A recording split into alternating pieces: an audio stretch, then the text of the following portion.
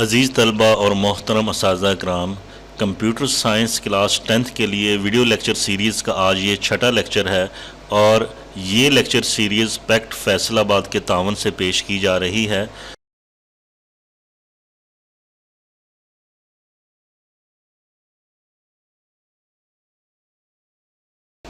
अज़ीज़ तलबा, last video lecture में आपको टर्बो C++ और डेव C++ डाउनलोड करने और इंस्टॉल करने का तरीक़ाकार बताया था, जबकि इस वीडियो लेक्चर में हम इन दोनों एडिटर्स के इंटरफेस पढ़ेंगे। मैंने आपको बताया था कि इन दोनों एडिटर से हमने सलामदुआ करनी है, तो इन वीडियो लेक्चर्स में हम इनसे सलामदुआ करने का तरीक़ाकार पढ़ेंगे।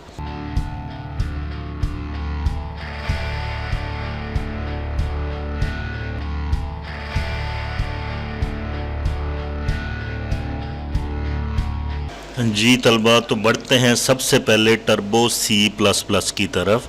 टर्बो C++ अपने कंप्यूटर पर डाउनलोड होने के बाद स्टार्ट करने का जो तरीका है, आपने सबसे पहले स्टार्ट मेन्यू में जाना है।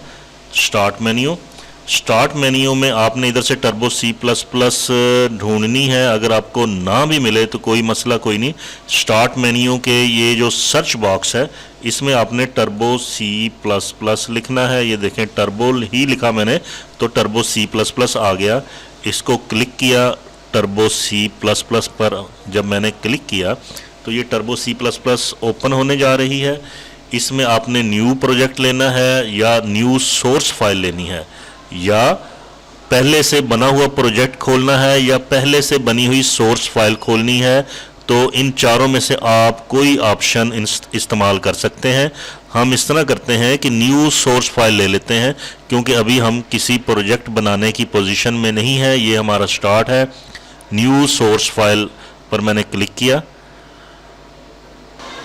जी, तो इधर ये पूछ रहा है कि आपने जो फ़ाइल इसमें बनाना चाह रहे हैं उसका नाम क्या रखना है। इधर मैं कुछ भी नाम दे देता हूँ। माई न्यू फाइल के नाम से मैं एक फ़ाइल बना लेता हूँ, माई न्यू फाइल। और ये देखिए नीचे सेव एज टाइप दे रहा है C++ फाइल्स के लिए .cpp। तो अज़ीज़ तलबा, याद रखें कि सी लैंग्वेज के लिए जो एक्सटेंशन होगी वो .cpp होगी, यानी इन फाइलों की शनाख्त .cpp के नाम से होगी। एक्सटेंशन उस प्रोग्राम की शनाख्त करवाती है जिस प्रोग्राम में फ़ाइल बनाई गई हो। तो ये हमने इधर सेव किया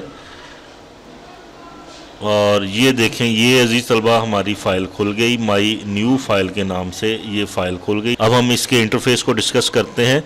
ये टर्बो C का इंटरफेस है। ये आपको फ्रंट पे सबसे ऊपर जो है ये फ़ाइल मेन्यू नज़र आ रहा है।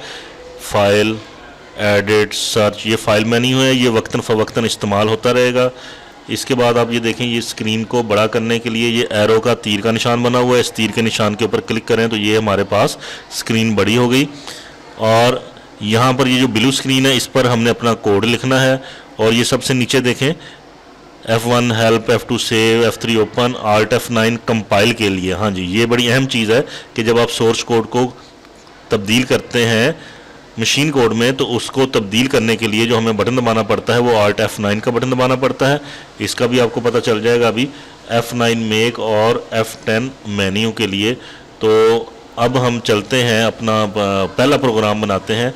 पहले प्रोग्राम में आप देखते हैं, आपको जैसा कि पता है C लैंग्वेज की साख्त का सबसे पहले आपने हेडर फाइल लिखनी है, नंबर इंक्लूड stdio.h। इसके बाद आपने दूसरी हेडर फाइल लिखनी है, नंबर इंक्लूड conio.h। और दूसरा हिस्सा मेन फंक्शन होता है, पता है आपको। इसके बाद body of the C language होती है। अब हम क्या करते हैं कि इसमें अपना प्रोग्राम लिखते हैं। हम इधर लिखते हैं जी printf, और इधर लिखते हैं माई नेम इज़।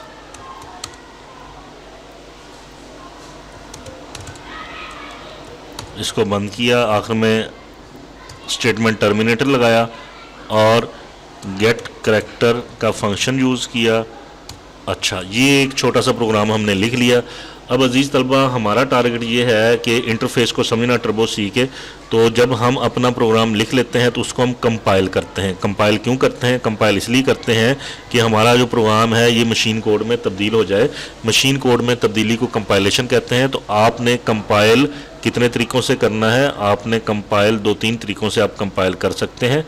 नंबर 1, ये सबसे नीचे देखें आप Alt F9 का अगर आप बटन प्रेस करेंगे तो आपके पास कंपाइलेशन हो जाएगी। Alt F9, ये देखें ये हमारा प्रोग्राम कंपाइल हो गया। इसमें अगर किसी किस्म की गलती है तो इधर वो गलतियां नुमायां हो जानी थी। एक गलती है तो इधर 0 की जगह 1 आ जाना था। अब ये देखें ये 0 आ रहा है, इसका मतलब है हमारे प्रोग्राम में कोई गलती नहीं है। तो प्रेस एनी की आ रहा है, आपने कोई भी बटन, की से मुराद कीबोर्ड के ऊपर दिए गए बटन होते हैं, आपने कोई भी बटन प्रेस किया तो ये हम वार्निंग से, ये हम कंपाइलेशन से बाहर आ गए। और ये देखें इससे हमें पता चल गया कि हमारा प्रोग्राम सक्सेसफुली कंपाइल हो गया है। अब प्रोग्राम को कंपाइल करने के बाद प्रोग्राम को एग्जीक्यूट भी किया जाता है। तो एग्जीक्यूट करने के लिए हमारे पास कंट्रोल F9 होता है। कंट्रोल F9, ये देखें मैंने क्या लिखा था प्रिंट एफ में, माई नेम इज़ फैसल। तो ये कंट्रोल F9 और Alt F9, इन 2 बटनों को आपने याद रखना है। अब ये जो रिज़ल्ट स्क्रीन है जहाँ पर रिज़ल्ट आ रहा है, इससे वापस जाने के लिए आपने कोई भी कीबोर्ड के ज़रिए से कोई भी की या बटन प्रेस करना है, आप वापस चले जाएंगे। ये देखें तो ये हमारा इंटरफेस है टर्बो सी का। आपने प्रोग्राम कंपाइल किया Alt F9 से और कंट्रोल F9 से आपने प्रोग्राम रन किया।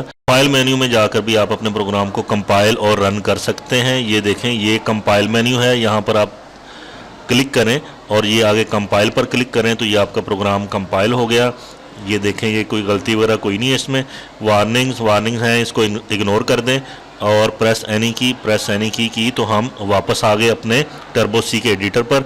इसी तरह आप यहाँ से प्रोग्राम रन भी कर सकते हैं। ये देखें ये रन किया और अब हम यहाँ पे चले गए रिज़ल्ट स्क्रीन की तरफ। रिज़ल्ट स्क्रीन में हमें रिज़ल्ट नज़र आ रहा है। अब रिज़ल्ट स्क्रीन से वापस आने के लिए आपने क्या करना है? आपने कोई भी बटन प्रेस करना है, आप रिज़ल्ट स्क्रीन से वापस आ जाएंगे। अजीज़ तलबा ये फाइल एडिट सर्च मेन्यू वगैरह जो है, इनके साथ साथ हर मेन्यू में किसी एक लेटर का कलर जो है वो रेड हुआ है। फाइल मेन्यू में देखें F का कलर रेड है, एडिट मेन्यू में E का बटन रेड है, E का हर्फ रेड है, सर्च में S का हर्फ रेड है। इसका मतलब ये है कि कीबोर्ड से आप सबसे पहले तो Alt का बटन दबाएं। जी ये देखें ये मैं Alt का बटन दबाता हूँ। Alt का बटन दबा लिया। इसके बाद आपने क्या करना है, जो हर्फ रेड हैं, इसके बाद आपने क्या करना है, जो हर्फ रेड हैं उनको प्रेस कर दें। ये देखें मैंने E प्रेस किया तो एडिट मेन्यू खुल गया, एस्केप कर दिया। वापस जाने के लिए एस्केप करते हैं। Alt F प्रेस किया तो F खुल गया, फाइल मेन्यू खुल गई। इसी तरह Alt रन किया, Alt R किया तो रन मेन्यू खुल गया। तो ये एक मुख्तसर सा इंटरफेस था सी लैंग्वेज का। तो जैसे जैसे हम सी लैंग्वेज में काम करते जाएंगे हमें टर्बो C++ का जो इंटरफेस है उसके बारे में मालूम होता जाएगा। इसके साथ साथ हम डेव C++ के इंटरफेस में भी काम करेंगे, लेकिन 1 या 2 चैप्टर में हम टर्बो सी के एडिटर में काम करेंगे। उसके बाद हम चलेंगे डेव C++ के एडिटर में। मैं उम्मीद करता हूं तलबा कि इस वीडियो लेक्चर से आपने काफ़ी कुछ सीखा होगा और काफ़ी नई बातें आपको मिली होंगी। तो नेक्स्ट लेक्चर तक के लिए इजाज़त, अल्लाह हाफिज़।